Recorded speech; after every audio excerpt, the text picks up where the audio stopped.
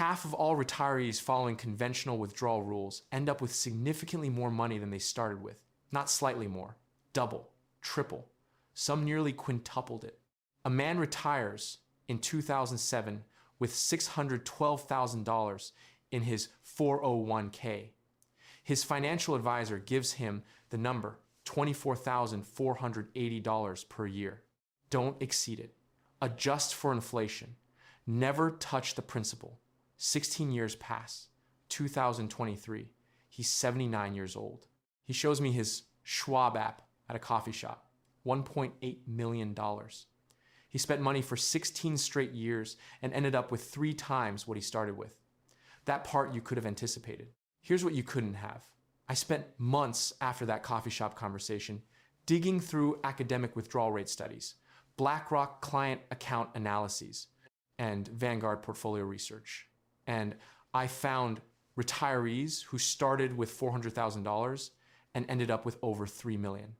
Not outliers, not lucky timing. Just people following conventional retirement advice while the math quietly compounded around them. And more importantly, I found that William Bengen, the man who created the 4% rule that governs how tens of millions of Americans plan their retirement, published a paper in 2021 openly stating that his own rule is approximately 50% too conservative. The man himself saying the number he invented is wrong. And your financial advisor has never mentioned that to you once. This video is about 3 things. Why the math behind retirement planning is fundamentally broken. How the incentive structure of the financial industry keeps it that way. And the specific psychological trap that causes careful, intelligent, well-prepared people to underspend by hundreds of thousands of dollars during the exact years they are most capable of enjoying their wealth. By the way, I built a free early retirement calculator because most online ones are mathematically wrong. It uses BlackRock and Vanguard logic to expose the weak points in your plan, and I only ask for your email to send the report, so I don't store any of your financial data link in the description. Here is the central metaphor I want you to carry through this entire video. Retirement planning is like packing for a camping trip where you don't know if you're going for 3 days or 3 weeks.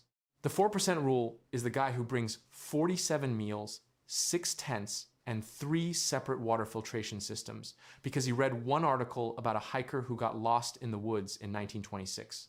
He is absolutely going to survive. But he's dragging 140 pounds through flat terrain, exhausted before mile 5. And by the time he reaches the most beautiful stretch of the trail, he doesn't have the energy to fully take it in. The guy next to him, who packed 30 pounds based on realistic planning and kept a reasonable emergency kit for genuine emergencies, is already at the summit taking photos. Both of them made it. One of them enjoyed the hike. We're going to come back to the overpacked hiker multiple times because it's not a joke. It's a precise description of what conventional retirement planning systematically produces.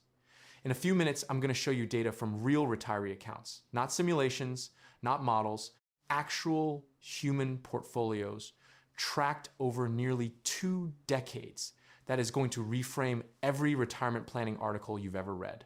But first, the origin story of the 4% rule matters here because how it was built tells you almost everything about why it should never have been applied the way it is. William Bengen, financial planner from California. 1994. He publishes a paper in the Journal of Financial Planning called Determining Withdrawal Rates Using Historical Data. He runs portfolio simulations across every rolling 30-year period in US. Market history, going back to the 1870s. His question, what is the highest annual withdrawal percentage that would have survived every possible 30-year retirement in that entire historical record, including the absolute worst sequences of returns ever recorded? His dataset includes the person who retired in 1929, right before the Great Depression. The person who retired in 1973, right before stagflation and the oil crisis, crushed markets for a decade.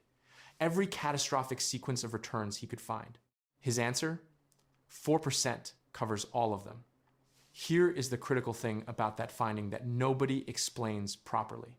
Bengen was engineering a floor, a survival threshold. The financial equivalent of building a bunker rated to survive a nuclear blast, not because anyone expects one, but because someone asked what the absolute worst case looks like and whether this number can survive it.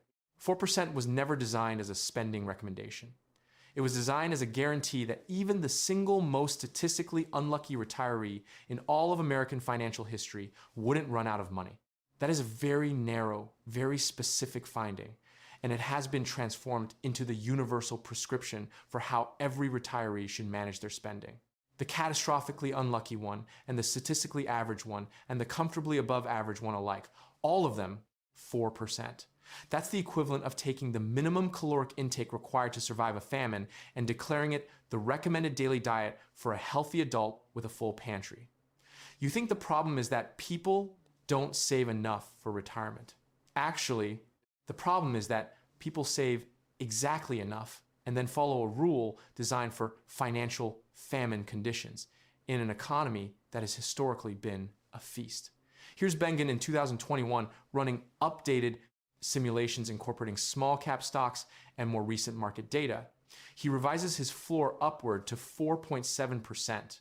More importantly, he acknowledges that for someone willing to accept a modestly reduced probability of surviving absolute worst-case historical outliers, the practical withdrawal rate climbs to 5.75% or higher. His words. The inventor of the 4% rule saying, the 4% rule leaves roughly 50% of your annual spending capacity on the table for the benefit of scenarios that affected about 1 in 10 retirees in the single most catastrophic market timing windows in recorded history. 50% more. 5.75 versus 4 is nearly 50% higher annual income from the same portfolio on $600,000. That's the difference between $24,000 a year and $34,500 per year. $10,500 additional dollars per year. Nearly $900 per month, every month, for the entire rest of your retirement. That is not a rounding error. That's the Amalfi Coast trip. That's flying the family in for the holidays. That's the woodworking shop you've been planning since you were 43. And the inventor's own revised math says it was always safe to spend it. Now, some people hear that and immediately say, but what about sequence of return risk? This is the legitimate risk in early retirement. If you retire right before a major market crash, you're forced to sell shares at their lowest price to fund your withdrawals. Those shares can't recover because you already sold them. The losses compound against you in the early years when the portfolio is at its largest and most vulnerable. This is a real phenomenon, and I want to be precise about it. But here is what the industry does with that real risk. It uses it as a justification for decades of overcaution rather than for targeted tactical responses that actually solve the problem. The practical solution to sequence of return risk is simple and specific. Keep 18 to 24 months of living expenses in cash when you retire. That's it. If the market drops 30% in year 1, you don't sell any equities. You live off the cash buffer. The portfolio stabilizes and recovers. You resume withdrawals from a healthy base in year 2 or 3. Sequence of return risk is a real problem with a manageable tactical solution. It is not a reason to cap your withdrawal rate at 4% for 30 years. The overpacked hiker doesn't need 6/10 to survive a thunderstorm. He needs 1/10 and the knowledge to pitch it properly. Stay with me, because this is where it gets genuinely uncomfortable, and I want to be careful here. Because this isn't a conspiracy, it's an incentive structure, which is actually more insidious than a conspiracy because it operates automatically without anyone choosing it. Most financial advisors managing retail assets are paid a percentage of assets under management, typically around 1% per year. If you have $1 million portfolio, your advisor earns roughly $10,000 a year. If you spend that portfolio down to $500,000 over 15 years, which is the entire purpose of a retirement portfolio, your advisor now earns $5,000 per year. Their income just got cut in half. Not because they underperformed, not because markets moved against them, because you used your money as intended. The advisor's financial well-being is mathematically linked to the size of your balance at every point in time. Larger balance, higher income. Smaller balance, lower income. So the advice trends conservative. Not through malice, not through conscious choice most of the time, through gravity. The incentive pulls in one direction, and advice follows incentives. I ran a business for over a decade, surrounded by accountants and fiscal lawyers who showed me how money actually moves. The most consistently useful thing I learned was this: identify who gets paid when you take a piece of financial advice before you evaluate whether the argument behind the advice is correct. Not as cynicism, as calibration. The mechanism here pulls every conversation between an advisor and a retiree toward asset preservation and away from asset deployment. You should understand that when you're deciding whose advice to trust on how much to spend. Here's the compounding cost of this in concrete terms. Over 30 years, a 1% annual management fee on a starting portfolio of $400,000 costs you approximately $169,000 in foregone compounding. Not the fee itself. The growth you didn't get because the money being extracted each year as a fee would otherwise have been compounding inside the portfolio. $169,000 of lost opportunity cost paid to fund advice that is structurally incentivized to keep your balance high so the 1% has more to work on. You are paying a compounding cost premium for conservatism that serves the advisor's revenue model, not your quality of life. By the way, hit subscribe if you like the content. Otherwise, YouTube's algorithm may never show you my videos again. Now, the data. Because this is where arguments stop and evidence starts.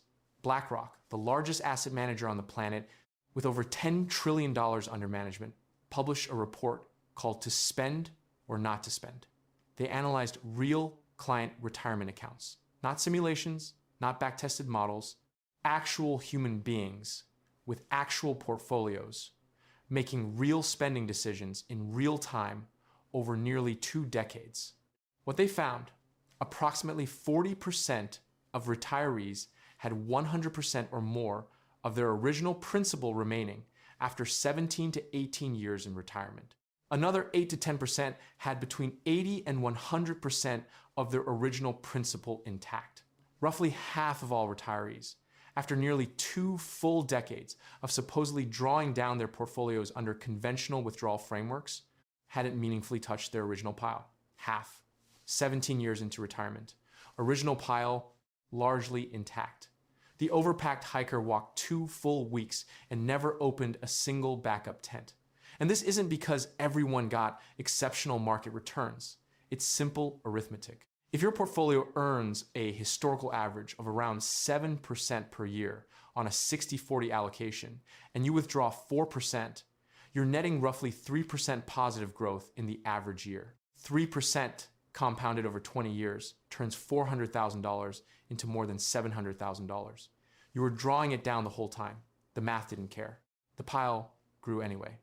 This connects directly to the research of Michael Kitces, a legitimate financial planning academic, not a YouTube talking head who analyzed every rolling 30-year period in US market history, going back to 1870. 115 separate 30-year windows. In only 12 of those 115 periods did a retiree following the 4% rule end up with less money than they started with. 12 out of 115. That is a 10% historical failure rate for the absolute worst case scenarios. 90% of the time, you finish with more than you started. 2/3 of the time, you more than double your portfolio while spending from it for 30 years. In roughly half of all historical periods, your wealth nearly triples, half the time. Start with $600,000. Spend 4% every year for 30 years. End with over $1.5 million. While spending, that is not a lucky outcome. That is what happens when a 4% drain rate runs against 7% compounding over a long enough horizon. Most of the time, the compounding wins by a significant margin. The 4% rule doesn't protect you from running out of money. It protects you from spending your money. Those are not the same thing. I want to introduce someone here who I'll return to in the second half of this video. I'll call her Carol. She retired in 2012 at 64 years old with $420,000 in a rollover IRA. She had a small pension paying about $1,800 a month and planned to begin Social Security at 67. Her financial plan was built on 4% portfolio withdrawals, $16,800 per year alongside her pension and Social Security. Comfortable, not lavish. She drove the same Honda for 11 years. She'd spent her working life being careful and intended to carry that into retirement. Carol had a dream. She wanted to spend a year living in Lisbon. She'd been reading about it since her early 50s, the light in the morning, the tiled facades, the neighborhoods, the pace of life that slowed down enough to actually feel it. She'd priced everything out. A furnished apartment, flights, living expenses. A full year would run approximately $30,000. She had that amount available within her IRA without affecting her long-term projections by any meaningful margin. But her advisor told her it was outside her spending parameters for the first few years, that she should let the portfolio stabilize. That sequence of return risk in early retirement made discretionary spending unwise until they had more data on market conditions. So Carol filed the dream away, said she'd go when she felt more financially secure. We're going to come back to Carol. Her story is the whole argument in miniature. But here is what nobody is telling you about why intelligent people like Carol accept this. Because the incentive structure of the advisory industry explains what advisors recommend. But it doesn't explain why rational, skeptical people consistently go along with advice that doesn't serve them. That answer is older than modern finance. The endowment effect. Once you own something, your brain assigns it significantly more value than what it could be exchanged for. A $420,000 IRA balance feels real, safe, concrete.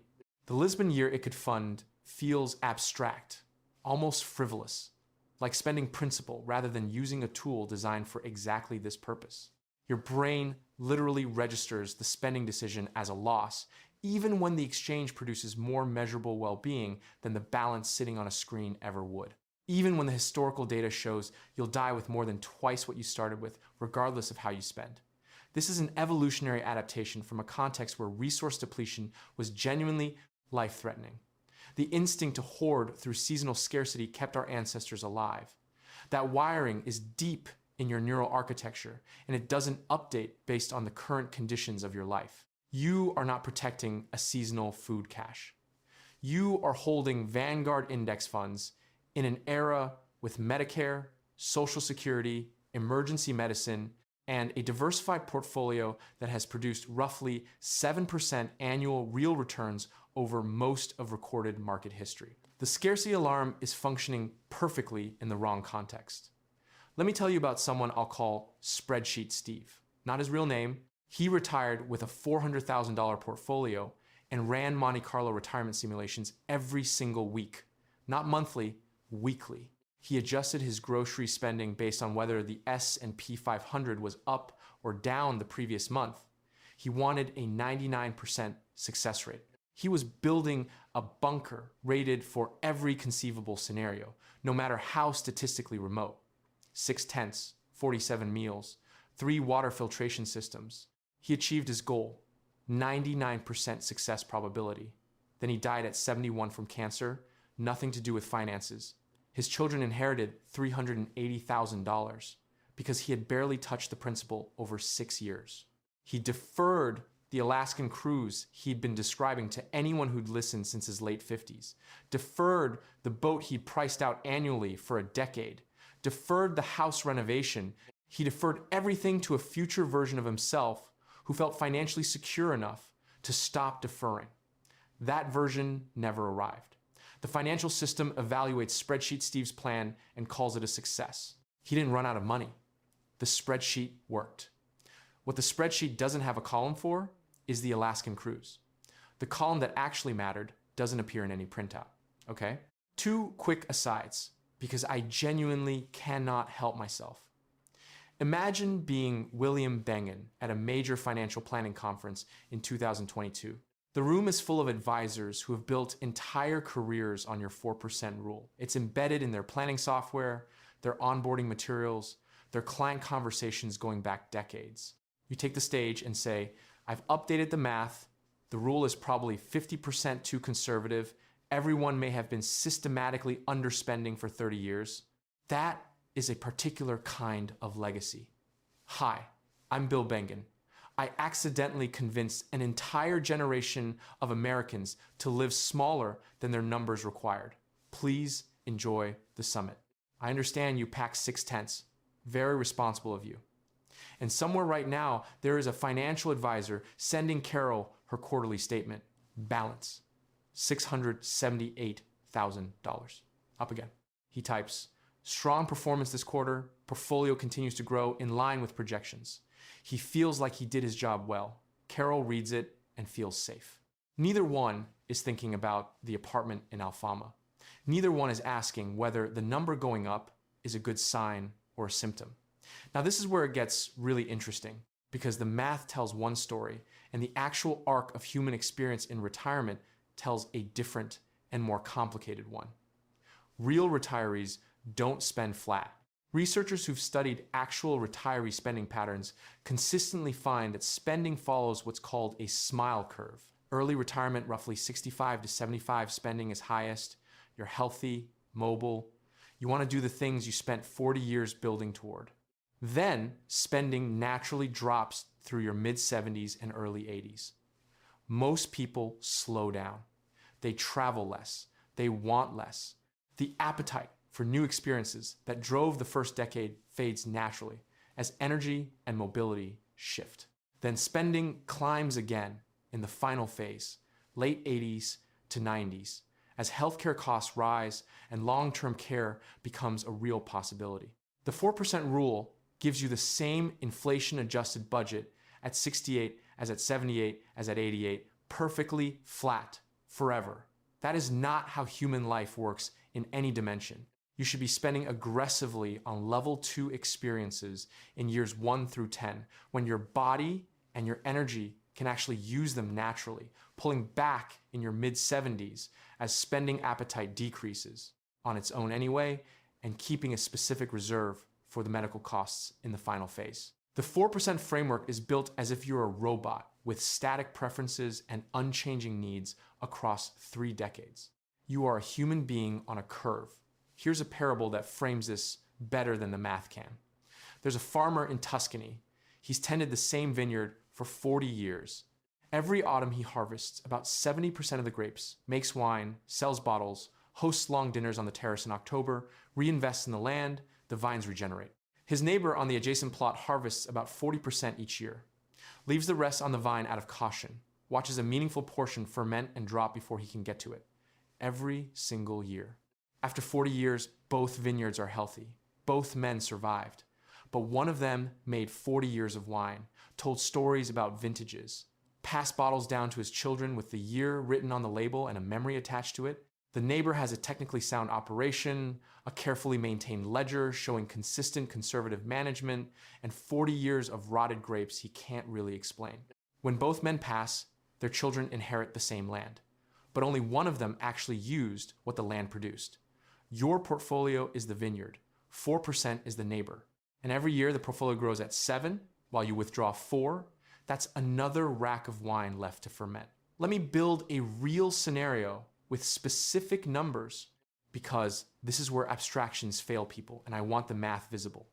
You retire at 67, married.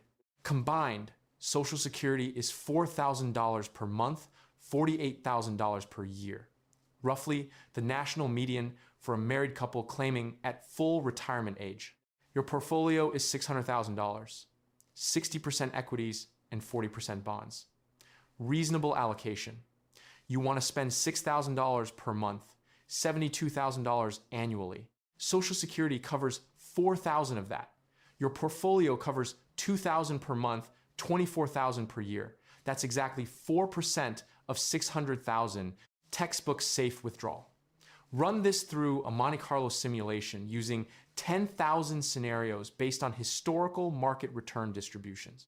Median result. After 30 years, approximately $550,000 remaining. Half of all scenarios end higher. The top 20% of outcomes end with over $1.2 million. Some push closer to $2 million. The bottom 10% of scenarios, genuinely bad timing, bad sequence, end around $150,000. Not zero, not destitution. And the Social Security continues paying $48,000 per year, regardless of what the portfolio does. The federal poverty line for a 2-person elderly household currently sits around $22,000 per year. Your guaranteed income alone is more than double that in the worst portfolio scenario. Now run the same base scenario at 6% withdrawal, $36,000 per year from the portfolio instead of $24,000, 50% more annual spending. The median 30-year outcome is still a positive balance, roughly $250,000 remaining. You spent 50% more every year for 3 full decades.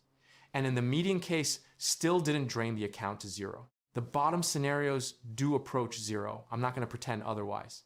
But the Social Security floor is still there. Your human capacity to adjust spending in bad years is still there. The Monte Carlo simulation assumes you are a withdrawal robot that never responds to circumstances.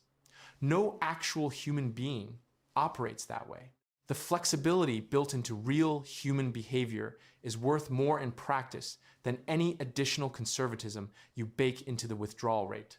Here is a 3-level framework I use when I think through retirement spending because it maps to how you'll actually live rather than how a 1994 paper models you living. Level 1 is the survival floor. Housing, food, healthcare, insurance, non-negotiables. For most retirees with average Social Security, this level is largely covered before the portfolio does anything meaningful. Know this number precisely. It is almost always lower than people assume. Level 2 is quality of life spending. Travel, experiences, hobbies, gifts, the reasons retirement exists as a concept. This is what the portfolio is actually for. Spend here confidently and front load it into your healthiest decade. Level 3 is legacy and emergency buffer, long-term care costs, estate planning, genuine catastrophe coverage. This pile stays conservative and you leave it alone except in real emergencies. The 4% rule treats the entire portfolio as level 3, all of it, always. The overpacked hiker who carries every piece of contingency equipment on a moderate day hike because he once read that someone needed contingency equipment on a day hike. Now let me bring Carol back. Carol is 77. Her portfolio is $680,000, up $60,000 from what she retired with in 2012, despite 15 years of withdrawals. The plan worked. The number is bigger. Here's what's also true. The Lisbon apartment she researched in 2012, a furnished 1-bedroom in a central neighborhood rented for around 900 euros a month. Today, because Lisbon became one of the most sought-after expat destinations in Europe and housing costs exploded accordingly, that same category of apartment runs closer to 2,200 euros a month. The $30,000 a year she imagined now costs approximately $55,000. She also has a knee that's been giving her trouble since 2019, which makes the cobblestone hills of the old city harder to navigate than they would have been at 64. The window was open. It cost what she easily could have afforded. She protected $60,000 of portfolio growth and surrendered the exact version of the dream that matched her budget, her health, and her specific moment in time. The overpacked hiker reached the summit with all 6 tents intact. Not one had been opened. The view was exactly as beautiful as it would have been if he'd packed light. He was just too tired and too proud of his preparation to fully take it in. Here are 3 practical takeaways, and I'm making these specific to this topic, not generic retirement advice you've heard before. First, if you have Social Security, a pension, or any guaranteed income stream, sit down and compare that guaranteed income against your actual non-negotiable baseline costs. For the majority of married retirees with average Social Security claims, the baseline is substantially covered before the portfolio contributes anything meaningful. If that's true for your situation, then your portfolio is a quality of life fund, not a survival fund, not a legacy vehicle by default. Spend the level 2 money during the decade when your body and energy can actually use it. That's what it exists for. Second, run a real Monte Carlo simulation with honest inputs, not the tool your bank or broker provides, which is typically calibrated to anchor you toward conservative behavior and managed products. Use a genuinely neutral simulator that lets you vary the withdrawal rate, adjust for spending flexibility in down years, and model Social Security as a permanent income floor. Look at the full range of outcomes at 5.5% and 6%. The median and upper scenarios are far more abundant than your advisor's conservative projections suggest. And the tail risk scenarios are survivable in ways that don't require spending your entire healthy decade in austerity to prevent. Third, make a pre-commitment spending agreement with yourself before you retire.